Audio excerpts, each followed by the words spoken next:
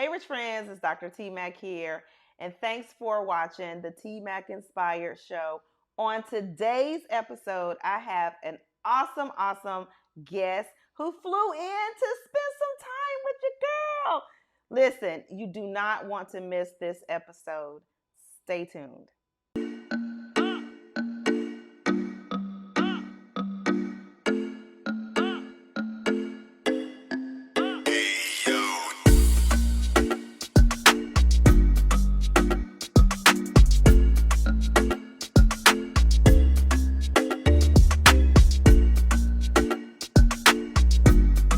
Hey, rich friends, it's Dr. T Mac here. Listen, I can't wait to introduce you to my very special guest today. You guys may know her as Vee The NP, but this is my home girl. This is my friend. This is my sparring partner. She is all of that in a bag of chips. And I want you guys to meet her as well. I want to introduce her to you guys so that you will know how fantabulous she is as well.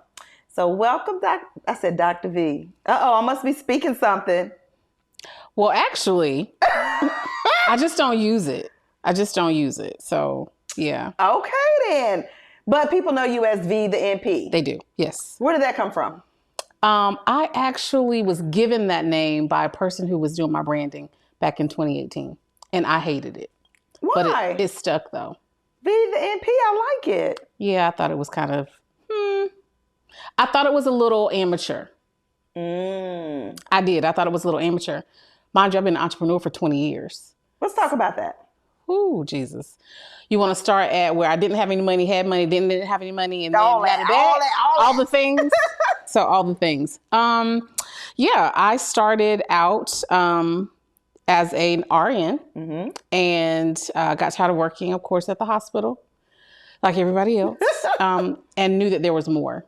Okay. So I opened up a home care business and had a partner. Don't do that. And it did not go as well as I thought. So I literally had to start over, walked away from that business, started over. Wait. You had a partner. I did. And you said, don't do that. Yeah, no. Why not? For me personally, it was not mutually beneficial. Okay. So collaborations and partnerships only work when it's mutually beneficial. When both parties are invested and both parties have the same amount to lose. I just want to unpack this so many ways. You know, I'm like, okay, so let's start here. If I was a new entrepreneur and I didn't have enough confidence to go out by myself and start this business venture. Okay. And I know I need a little help, a partner, somebody, that had more confidence in me than I did, or more money, and I had the skills or whatever. What are some of the things that, as a new entrepreneur, I should look for in a partner? Get a coach, number one. Skip the partner, get a coach. Get a coach. Because a lot of times the only reason you want a partner is because you're afraid to do it by yourself. So what does a coach do for a new entrepreneur? A coach my favorite tagline is, I want you to borrow my confidence until you have your own. So I don't listen to people who haven't done the thing that I want to do. A lot of times you have people that want to lead you, but they've never actually done the thing. So you can't tell me there's a pothole down the street if you've not walked down the street. So a lot of times people are misguided. They get excited, they're motivated, and motivation does not get you to millions. Discipline does. Understanding the system does. And we like the bright and shiny objects. We like that because it makes us feel good. But entrepreneurship doesn't always feel good. It doesn't always feel good. A lot of times it's painful. It's very, very painful. The lessons, right? So you have losses, you have lessons, and you have blessings. And my experience was in having a partner, we did not bring the same thing to the table. And so we made a lot of money very quickly. And because I did not know who I was getting into the partnership with, it did not work well for me. So when I saw that the end result was not going to be what I thought it was going to be. It was time to go.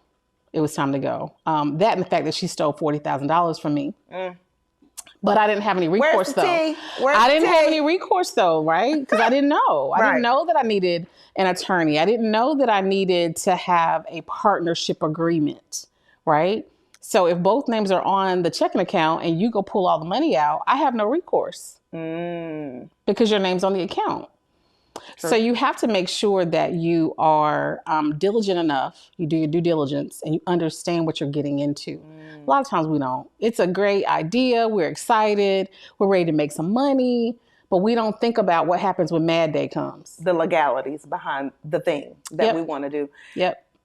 Let me ask you this, because I know this, we've had conversations, you were a multimillionaire at one point in your career and you lost it all. Like, and then some. All. I lost all that I had and that I didn't have either. Let's talk about that. Because you lose what you tangibly have, but what you don't see is the effect that it has on you moving forward. Because then I was scared to go back and do it again. So what made you go back? I had to eat. It's time to eat. I had to eat. I had a kid to take care of. I had been married for, almost 20 years, and people want the lifestyle, or they want what they see, but they don't know what it took you to get there. So you're talking to someone who built the $2 million forever home, lost it, had the cars and all the things, the bags, had to sell all that because I had bills to pay. Right. And so the reality is no one teaches you what to do when it doesn't work. They only teach you the good things. They only show you what happens when you win. They don't show you how to rebuild. And so for me, it took a lot of prayer. It took a lot of studying. It took a lot of me motivating myself and going through those pitfalls and just saying, hey, how did I get here? Number one, how do I get out of it? And how do I make sure it never happens again? So it was a hard lesson. It really, really was. And so there wasn't anyone, the people that I thought were my friends, when you have all the things and you're doing the fine dining, right? And you're riding around in the expensive cars and you can take the trips and all that. Your true friends will show up when you need them. And so. Did you have anybody to show up? A few people that I still am friends with to this day, that understand who I was as a person, right? And not the things that I had. I'm a giver anyway. Right. I always have been. But you need people who are not going to take advantage of that, especially when you're already at your lowest point. Right. So you need someone who can we curse on here? Okay, I won't. I have a cursing jar over here in the corner. I'm gonna put some money in it. If you curse, you got to put $1 per curse word. I'm putting some money in it because I was angry. I was angry at a lot of people. I was angry at God. I was angry at my husband at the time. I was angry at the partner who, did what she did. I was angry at myself for not knowing because I felt like you're a smart girl. You should have known this. How did you let this happen? What does that look like when you're, I'm going to use the word on top, the phrase on top. When you're on top and you're making millions, you have assets, you have the things. At what point, when you start feeling things go away and you can't stop it, how you want to stop it? What does that look like? Desperation can put you in a mental state that you can't get out of alone. It took, and nobody knew. That's the thing. So we're good at masking. Sure. We're good at making a thing look great. And so I was really good at masking. I've done it all my life. Right. And so for me, it was, hey, how are you? And everything's doing well. Go home and crying because you literally got $25 in your checking account. Right. Or you can't get a checking account because you done bounced so many checks. Or the money that you had in the bank, you took it out because you were afraid that the IRS is going to garnish it. So you took that money and hid it in a closet. Like I've done all the things. Right. And so that looks like you not eating, not sleeping. It looks like you drinking too much, right? It looks like you doing all the vices. They just start to come. But if you're good at being a shower, then you're able to, what people think you're coping when you're drowning on the inside. Like I remember working 3 jobs and in the midst of all of that. And my husband at the time was at home taking care of the daughter because we were working together. So when the business started to fail, we couldn't afford his 6-figure salary anymore. So he was the stay-at-home dad. I was working 3 jobs. I had flown to probably 3 or 4 states within a 2 or 3 day span. I woke up, I didn't know what state I was in. Freaked me out. I called a girlfriend that actually works for me to this day, a nurse practitioner. I called her and I said, don't think I'm crazy, but I don't know where I am. She said to me, I need you to take your phone, walk outside and look around. I walked out of the hotel room. I looked, of course, the hotel, it was like a hallway. So she said, I'm going to stay on the phone with you until you go downstairs and we're going to see where you are. She literally stayed on the phone with me. I walked downstairs to the front desk and I gave the phone to the front desk clerk. And I let her talk because I was at this point, I'm crying, I'm hysterical. And it was on speaker. And my girlfriend said, I need you to understand what I'm about to tell you because I think my girlfriend's having a nervous breakdown. Can you tell her what state she's in, what city she's in, and what hotel she's at right now? That lady looked at me and gave me all that information and they took care of me. So at that moment, I knew I couldn't keep going the way that I was going. You can't keep working 3 jobs and then, trying to manage all the things by yourself. You can't. So at some point you have to ask for help. And so I went to therapy. That was the first time I went to therapy because I knew that I was at my wit's end and something had to give or I wasn't going to be here. So that is how I coped. Right.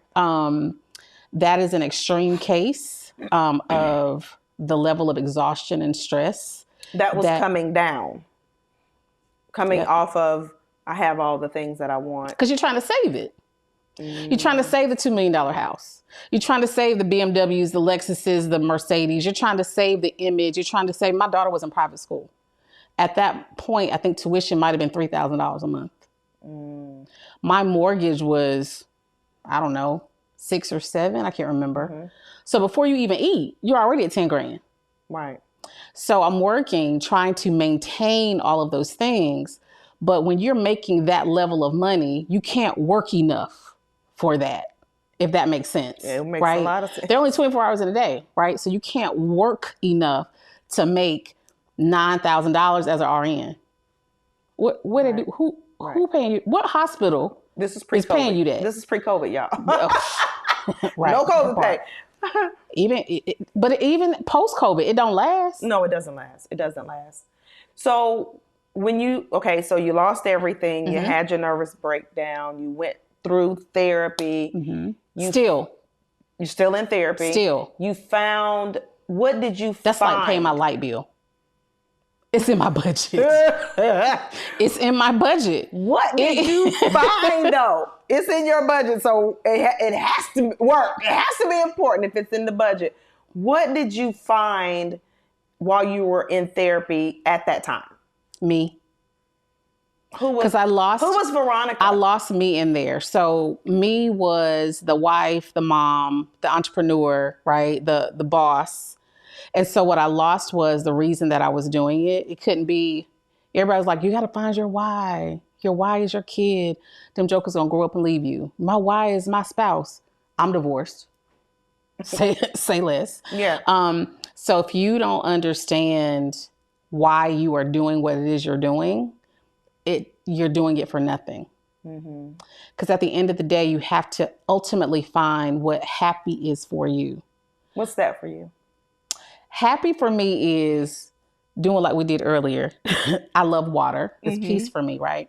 But I didn't learn that until this. I didn't learn that until I was going through. So water for me, I'll go to the lake. It's peaceful. It's quiet. It's candles. It's scents. You see why I lit the candles for you? I love it. That's my every day. When I go home every day to this day, I light candles. They have to be eucalyptus because it's cleansing for me. Right. And so the candle, the fire, the mood music, depending on where I am spiritually that day. If I'm feeling drained, I can't listen to music with words. It has to be instrumental for me to fill my cup back up. So I had to figure out what those things were that made me happy, that put me in a mindset of, you know what, girl, you all right. Right. I had to figure that out. I didn't know that before because I was always running around. I was busy. So people think I like myself. You don't know yourself because you're always with something or there's always noise around you. People I call don't it noisy. Exactly. It's real noisy. Exactly. So you have to get quiet enough to understand who you are, what you need, and what fills you. Then you can go do the work. Do you meditate? All the time. Girl, even in the car. People be thinking, they're blowing a horn. I'm like, oh. Because I find myself going to that place, right? Depending on where I'm going or, what I'm about to do, I find little, it doesn't have to be 30 minutes. People think you have to meditate for 30 minutes. My brain's too busy for that. If I can find 2 or 3 minutes to get quiet, to center myself. That is enough. And focus on whatever the thing is I have to do. For me, that's enough. So what made you start? When did you say, okay, I found my happy place. I'm good with where I am. Now it's time to rebuild. For me, that was, and I hate to say this, but it was after I left my husband. Well, that makes sense. It was after that. I got to a point where I could no longer sacrifice me for everybody else. And when I understood that part, it was easy for me to say, you know what, I can no longer do this thing because if I stay here, I'm not going to be fulfilled. And so, you get to a point a lot of times where so much happens that you can't clean it up. Right? And I'm not just talking about relationships, just period. So much happens that you can't clean it up. You have to stop and start over. For sure. For me, that was a stop and start over moment. And moving forward, the clean slate was, what can I do as far as, reestablishing myself in business where I know I can take care of myself, I can take care of my daughter, and I can secure a future for the both of us, irregardless of what's happening in the economy. So what was the first thing you did? I went back to school.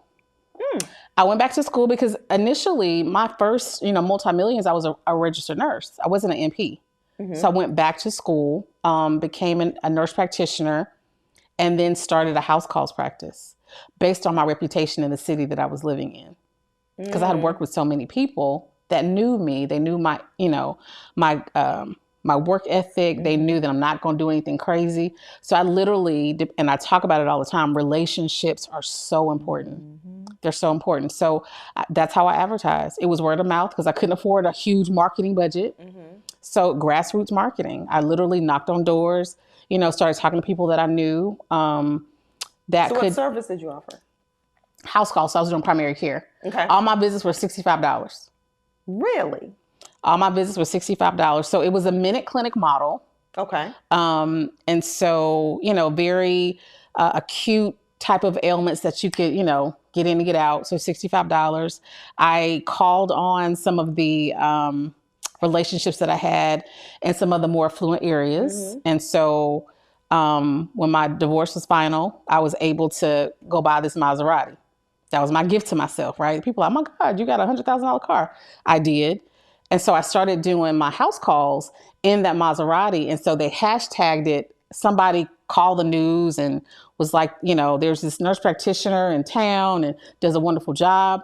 So the news crew got a hold of the story and they hashtagged it Maserati medicine. Blew up after really? That. Yep. Oh my God. Just like organic. Now that was all organic. All. So what do you say to people? Because we know the internet streets and the social media streets. We know that people think that they have to spend 6 figures a year in advertising, marketing, and this and that. And they spend all this money on logos and websites, but they're broke. I'm going to drink. Can I? I'll have one too. Go ahead. I know you are enjoying this podcast episode. I know you are. I told you Vee The NP was the bomb, didn't I? Listen. If you are a female professional or a female entrepreneur and you are looking for a community of women like Vee The NP, like myself, like some of my other rich friends that you guys have seen on my podcast, listen, I have a community. It's called the Rich Friends Circle. We are in this thing having fun. We are making money. We are learning how to do things at a higher level together, not separately, but together. If that is you and you want to be a part, go ahead and click the link in the description and join us. You'll get your first week free just to check it out, see if you like the Rich Friend Circle. But yeah, we would love to have you. Go ahead. Back to the episode. I think it's what we've been taught. We've been taught that it has to be showy. It has to be big flex, and not taking into consideration where people really are. Okay. So, I coach, I mentor, but I try to meet people where they are. They have these grandiose expectations because that's what they've seen. They've seen, people on social media. Now, mind you, social media is new. So when I first got started with entrepreneurship, it was grassroots. Knocking on doors, guerrilla marketing, right? You're sending mailers out. It's all about who you know. You're going by the offices. You're, dropping off media kits. Whereas now you have, exposure to so many different people via the internet. But the issue is people don't understand they make their money in their community.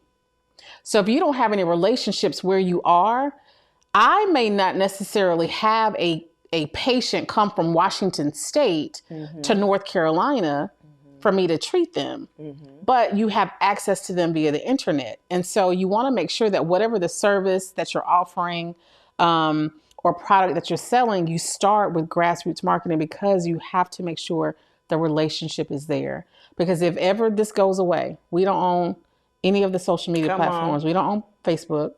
We don't own Instagram. You don't own Snapchat, Twitter, TikTok. Don't own any of it. It goes down. And these people who are just on the internet making their money, they don't make money when that goes down. My business isn't affected in the community because those people still know where I am, right? And I'm still going to provide an excellent service. So when they're spending all of their money on marketing, number one, it's got to be done the right way. And you should only be spending about 10%. You should only be spending about 10%. So if you're spending $100,000, then I think you should have $1 million business. And if you don't, I'm gonna need you to back that down. Right. And it doesn't happen overnight. You put up one digital flyer, you do one TikTok, you do a reel, and you think tomorrow you're a millionaire. That is not realistic. But we think it is because it's been shown that way. Yeah. It's not real. No, it's not real at all. You said a couple of things that I wanted to point out. One thing you said was that it starts within your community first. This is something that is totally overlooked and is skipped over.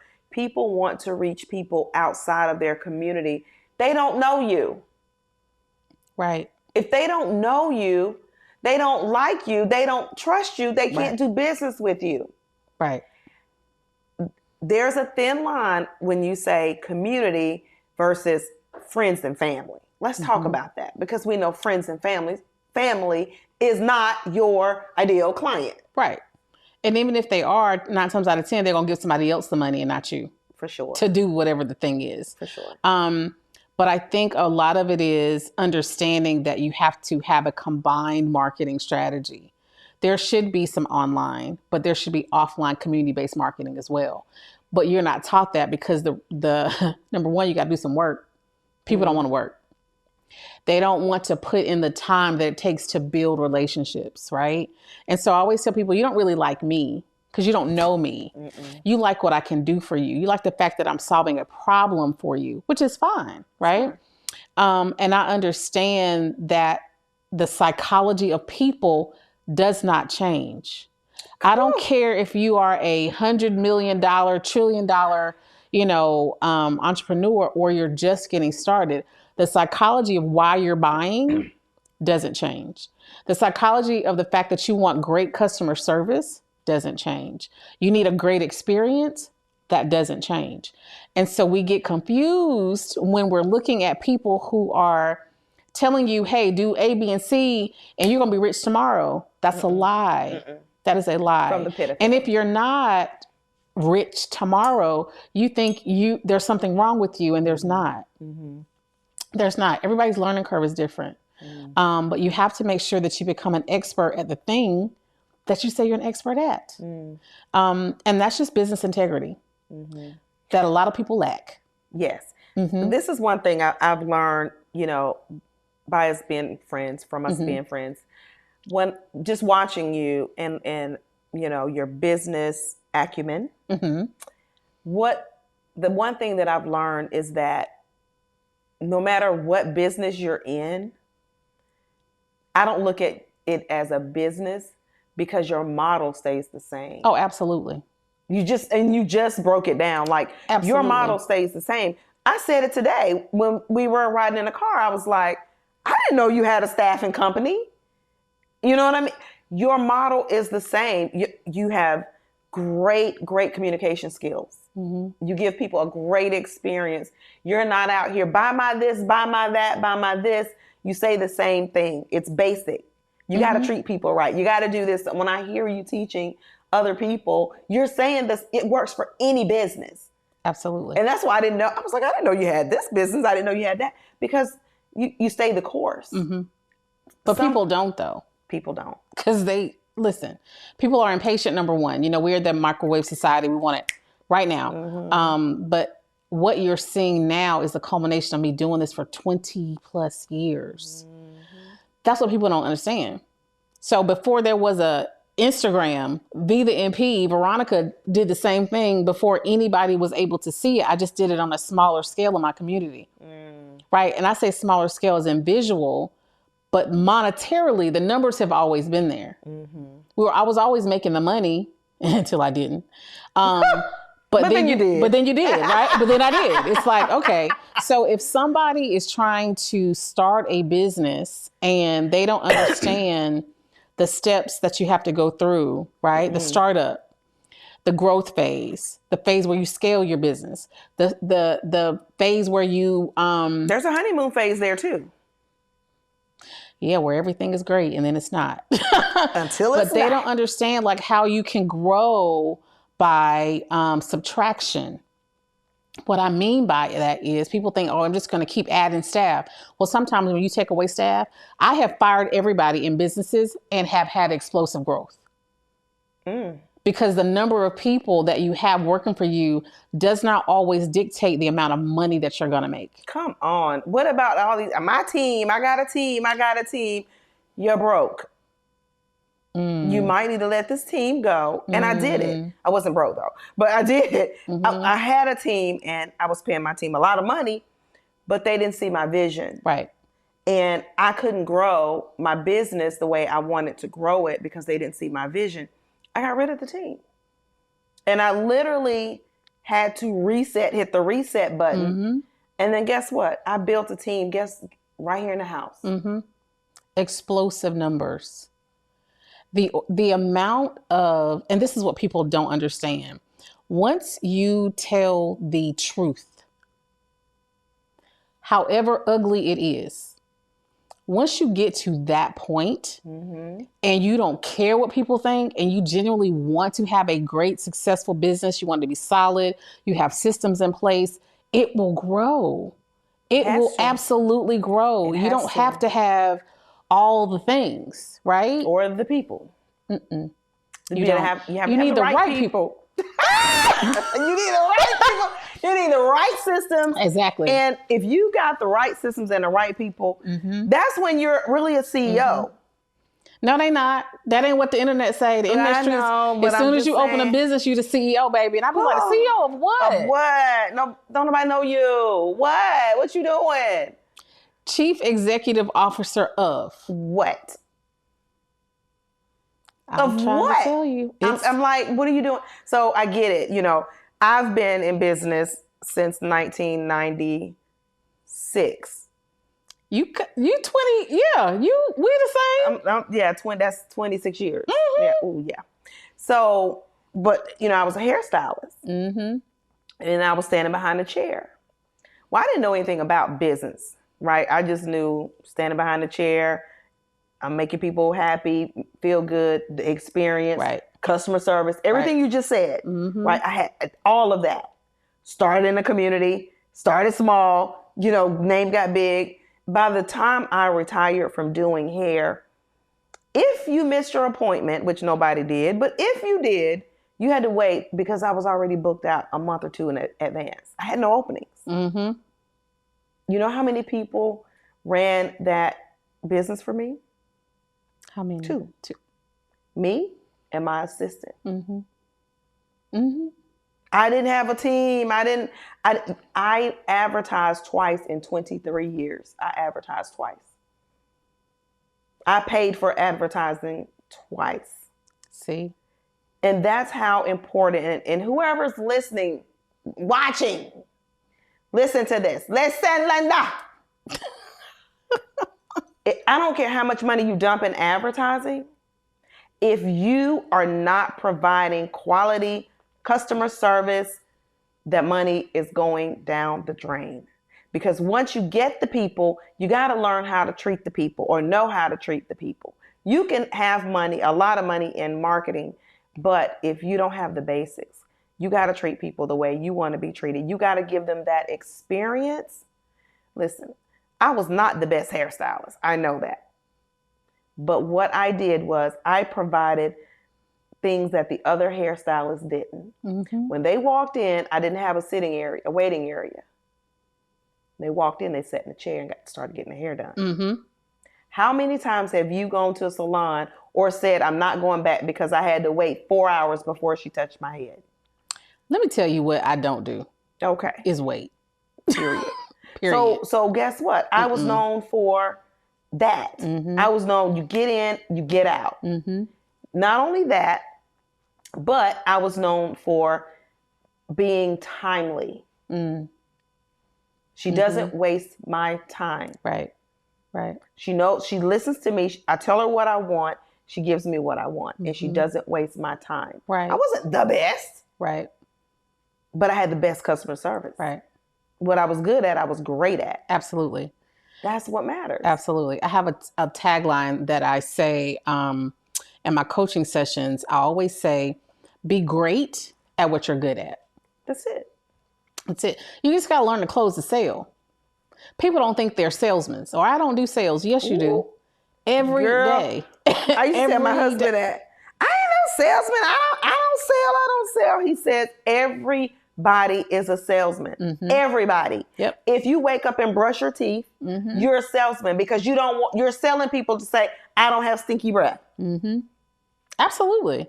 But we are very self-limiting, right? Oh, we have these self-limiting beliefs about what we can do, what we can't do, what we like to do, what we don't like to do. You have to do what you have to do until you can afford to do the things that you want to do and that you like to do. Mm-hmm. But you have to, you listen, you gotta pay the price. You gotta pay the price, right? We want instant gratification. We want the millions, but we don't want to put the time in. And a lot of people they don't have a problem with vision. Mm-hmm. They have a problem with discipline. It's a discipline problem. Mm-hmm. It's a discipline problem. Yep. This is something I always tell. This is something I say, and I say it to the boys a lot. Discipline, I'm not going to go to a dentist with rotten teeth. Mm-hmm. Mm-hmm. He's not disciplined enough to take care of his own teeth. Right. He can't take care of mine. I'm not going to pay him to take care of mine. Right. I'm not going to go to a hairstylist and her hair's all over the place. Mm-hmm. Where's the discipline? Mm-hmm. That lets me know that at any given time, she's going to quit on me. Because she's already quit on herself. You better say it. So discipline it'll outlast a lot of things. Mm-hmm. Discipline will outlast skill. Oh, absolutely. You can have the mindset. Absolutely. You can have the mindset. You can have the tool set. And if you lack the skill set, but you have discipline, baby. Discipline is what keeps you consistent. Oof. And the consistency of building a solid business is what you need. You can't be selling tea today. You doing business credit tomorrow. Oh, shoot. You flipping More houses tea, the y'all. next More day. tea. You're throwing spaghetti on the wall just to see what sticks, right? And the reason that you're not successful is because you're schizophrenic. Listen, you got to say this. You said this in the car. Out here e-booking. What I say? What is They that? be out here e-booking. What is that? Listen, if it's Googleable, don't put it in the ebook. Don't don't do that. No, Chat GPT now. It's Chat GPT now. It's because it's insulting. I think it's insulting. Don't insult me and then ask me for money. That's crazy to me. But everybody is taught to do an ebook and, to get started. That's wonderful. I've taught people how to do an ebook. But what I've said is, don't you put information in that ebook that I can Google. Because if that's the case, I don't need your ebook. I need you to give me some gems, exactly, and some transactionable, tangible things that I can do that I can't just Google. Because if that's the case, you're not an asset to me. You want people to work with you. You want to sell a service because you're an asset to them. I don't need to Google how to boil water. What? For sure. You don't need an ebook to tell you how to boil water. Right. You can Google it. I don't even need to Google it. But for sure. We're so, we've been conditioned that that's the way to get started. And you have to have a funnel and you have to, man, look, you've got a good product. You got you are decent even in your marketing. You have great customer service. You can make money. I don't care what it is. I don't care what the product is. I don't care. You can, and you can build a great business model. And it doesn't have to be fashioned behind the 1, 2, 3 ABCs that the latest guru is telling you to do, right? You have to figure out what works for you. So what are you doing these days? Being a mommy. My daughter's about to graduate. Let's not start with the tears. I know. I'm entering into the new chapter, right? And so getting rid of the big house, getting rid of all my cars, because I'm like, I don't need this stuff. So I'm downsizing. Wait a minute. I saw where you're downsizing to. I'm like, what? Okay. But yeah, so I'm a downsize in the high rise on the 40th floor of the penthouse. But it's beautiful. But I'm excited about it. And so, I'm going to be open and receptive to all things that are good coming my way. I'm expecting business to 10x it this year, honestly, with some things that I have coming down the pipeline, but I'm working with a smaller group of people. I don't have to. I've taught 4,000 people IV hydration over the past 4, almost 5 years. And my mentorship programs, I've downsized. And so I'm only working with 50 people, but I'm going to give them the business, all the things that they. For IV hydration? For anything. Ooh. Okay. Because business is business. It doesn't matter if it's IV hydration, staff and home care, real estate. It's business. Business is business. It doesn't change. What changes is you and how you comprehend and execute. Right? You can execute on a smaller level. You can go big if you want to, right? Creating community. I'm really, really, I feel very strongly about creating genuine communities for women in business and where we can have authentic conversations. And there's no, that whole collaboration over competition. Let me tell you something. More tea. I got so tired of hearing that rhetoric because it comes from, you have to like women to empower women, right? You can't have these environments where Mean Girls. I'm a victim. This is the first time I've said that out loud. I had COVID in 2021 and almost died. And coming out of that, even for me, diagnosed me with long COVID. They diagnosed me with COVID PTSD. So even now when I'm in large groups, I'm still kind of, standoffish. But the reality of, and this was the second time, of who I could depend on became ever so present, every day for me. So I had to move differently. right? I had to step away from a lot of the relationships that I thought were genuine. And that whole, if it doesn't serve me any longer, became real for me because I realized that I literally could not be here tomorrow.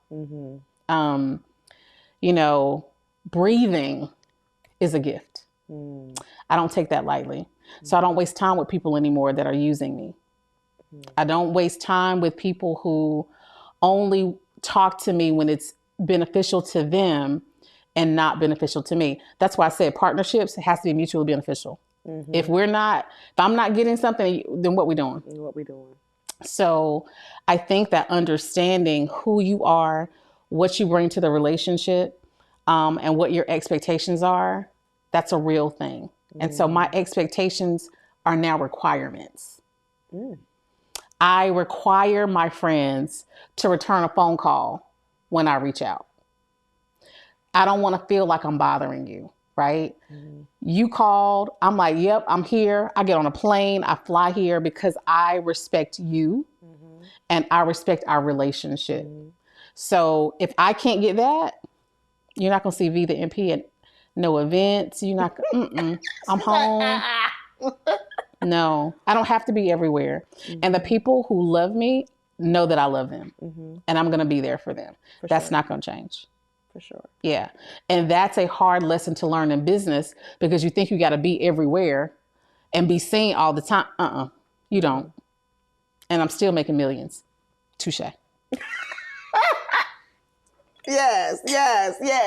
So tell the people, how can they, if you're accepting any new mentees or...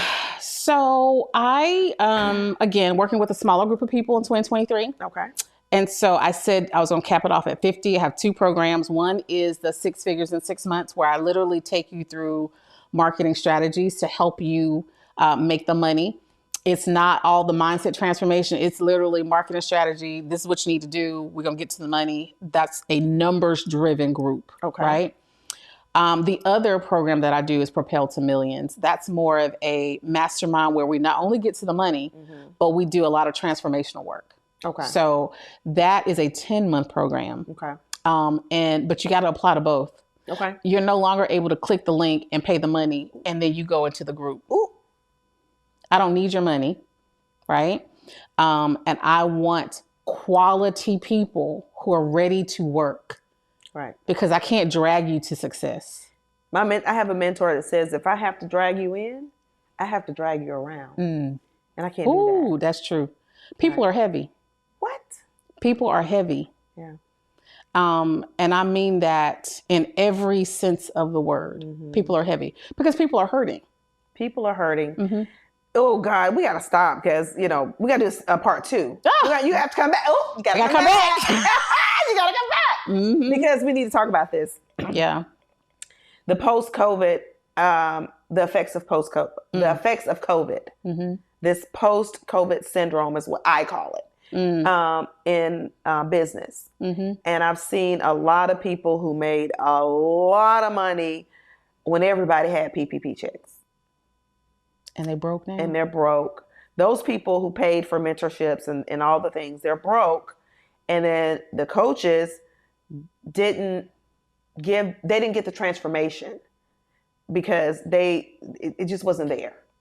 We got to unpack. But everybody was in survival mode though. So let's be clear. Let's be clear about what happened because let's hurry up and talk about it. I know, but everybody was in survival mode. Nobody knew what to expect, right? Okay. As you don't as an entrepreneur. You don't know what's around the corner. You can be as prepared as whatever, but you literally don't know. So I think with the pandemic, you have these pandemic millionaires that popped up. They did. What are they at now? I don't know. That part. So the foundational things was not there. There you go. Absolutely. So this is, and I hope I don't cry because this is where my heart is. My heart is, I was literally on a call, but someone was trying to get in my inner circle. And I was on a call with her and she was at lunch, on her lunch break. And her manager came in and said, you have an admission. Mm. And she just started crying. And she said, whatever I have to do to get in your inner circle, I'll do it. If that means I'll work, I don't care how many shifts I have to pick up. I'll pick up as many shifts. I can't keep doing this. And I said, you can't get in my inner circle like that. You can't work your way in. Mm-hmm. I said, it requires more than physical work. And she said, she made like multiple six figures during COVID with the contracts. And she says, I have no money. Mm. I can't afford to get in your inner circle. I said, yeah, my inner circle is not for sale. Mm-hmm. You have and when that moment happened, my heart I broke. I literally broke, and I told my husband, I cried about it. And he was like, what is wrong? Like, what's wrong with you? And I was like, because they don't get it. COVID caused an artificial market that has not been corrected yet. Mm-hmm. People went out here and made a whole lot of money. And you didn't have to go to work, and you would make earn $600 a week, mm-hmm. unemployment. Mm-hmm. That's why you see we're hiring signs everywhere now, because nobody wants to work. It was all made up. It was all a fallacy. Mm-hmm. Now, reality's kicking in, and now people are, it's survival mode right now is not even the word. Mm. It's like the post-survival mode. Mm-hmm. Like they're like, my heart was so burdened, and I said to my husband, I woke up one day and I said, I have to build a community. This is not about courses. Right. This is not about classes. Right. Yes, we're coaches, we help, but we really do this thing in real life. Like, you really own businesses. Mm-hmm. You know what I mean? Like, mm-hmm. you don't have to have mentees mm-hmm. to make it. Mm-hmm. Like, I don't have to. Like, I don't have to wake up and I still have my money. Just keep my real estate just makes money for me. I have businesses that I don't work in, mm-hmm. but I have ownership in. Mm-hmm. So I'm making money anyway. Right. But my heart is to build a community to help these women, right, the professionals who they were used to making this money, but they weren't smart with the money. Right. So right. Now we have to go back and rebuild, but we have to start here. Mm-hmm. And you can't pay me to start here. I get it. Listen, I get it. But our conversations are different. Yeah, they are. Most of the people who are still trying to figure it out, I ain't gonna say that. They brunched all their money away. They invented all their money away. They tripped all their money away. And so now you're like, what? Now what? Now what? You have no real estate. You have no businesses, mm-hmm. no profitable businesses. Mm-hmm. You don't have, you don't have stocks. You don't have things like that. Right. So what do? You can't work your way to wealth. Mm-mm.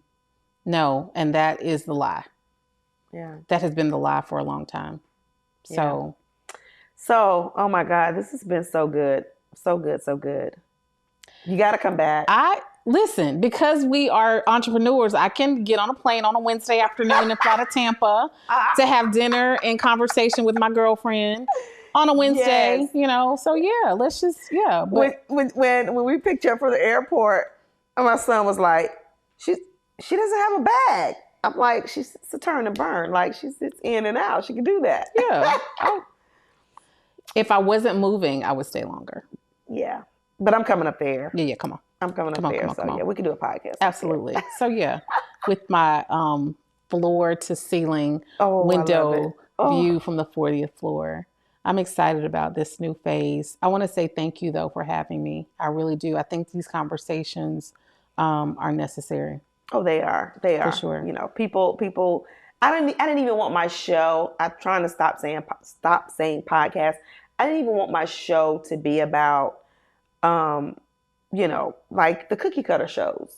I really didn't. Mm-hmm. I really wanted to have true conversations. Not come on my show so you can sell your next product or sell your next course or whatever, but I want people to know you, right? Like we didn't really talk about what you got. You know what I'm saying? I want people to know. It don't matter. Right. It doesn't matter. Because what you have is for you. Right? Nobody can take it away. That's what you got is for you. Absolutely. Yeah, you work for it. I'm excited. You should I'm excited for where this is going for you. Oh, thank you. And I'm proud of you. Are you? Mm-hmm. Thank you so much. Yeah. Thank you for coming. Absolutely, friend. I love it. I do too. I love it. All right, rich friends. I told you. Isn't she the bomb? Yes, she is the bomb. Hey, listen, if you enjoyed this show, don't forget to like, comment, subscribe. You know all the things. You know, I comment back. I read all my comments. If you're watching or listening on Apple, whatever they call it, iTunes, whatever, I don't know. But you can go and you can give me a review. That way, guess what? They'll put me in front of more people like you to hear these stories. All right, rich friends. See you next time. And don't forget, you can have it all.